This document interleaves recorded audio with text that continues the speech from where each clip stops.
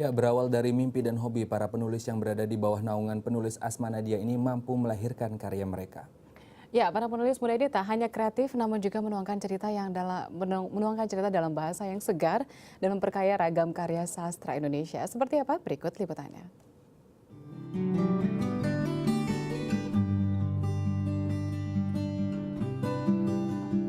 Muhammad Febri Padiku, atau yang biasa dikenal Dedi Padiku, sudah sejak lama bercita-cita menjadi seorang penulis. Untuk mewujudkan mimpinya, pemuda kelahiran Gorontalo ini pun merantau ke Jakarta. Bermula dari keikutsertaannya dalam sebuah workshop menulis dan bertemu dengan penulis perempuan inspiratif Asma Nadia menjadi pintu bagi Dedi untuk terjun ke dunia kata. Bermodal ketekunan, kini pria yang berasal dari keluarga sederhana ini mampu memposisikan dirinya sebagai penulis muda berbakat.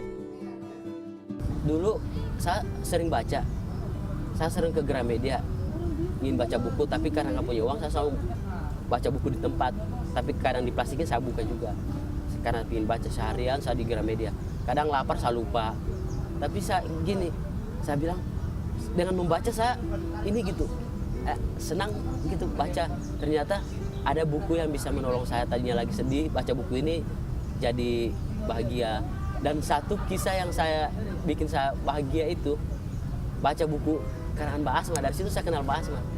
Serupa dengan Dedi, gadis dengan nama pena Putri Salsa memiliki impian menjadi seorang penulis. Ia telah menulis sejak berusia 5 tahun. Bagi gadis bernama lengkap Eva Maria Putri Salsabila ini, menulis adalah wujud ekspresi kreatif dari apa yang ia alami sehari-hari. Buat aku menulis itu tuh kayak tempat aku ekspresiin diri. Jadi misalnya aku lagi bete, kesel sama teman, orang kan mungkin ya ngajak ribut, berantem lah, tonjok-tonjokan atau apa, tapi aku malah nulis.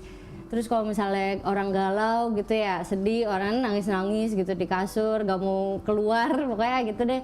Kalau aku sih malah mendingan nulis. Jadi pertama itu gak buang-buang energi, terus yang kedua itu tuh bikin kita produktif. Jadi kayak hal negatif yang terjadi di kehidupan kita bikin jadi sesuatu yang positif gitu.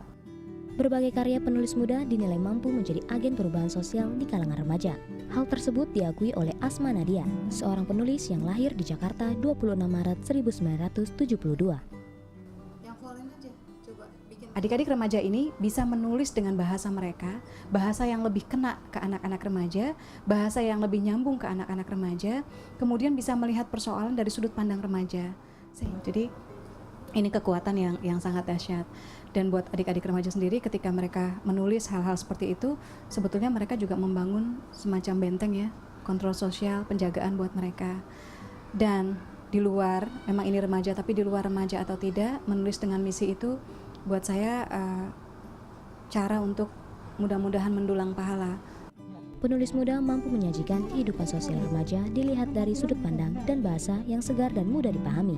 Lewat karya mereka, diharapkan mampu mendorong perkembangan dan memberi warna baru bagi perjalanan sastra Indonesia. Tim Liputan, DAI TV. Ya, berikut kami hadirkan perakiraan cuaca untuk kota-kota besar di Indonesia.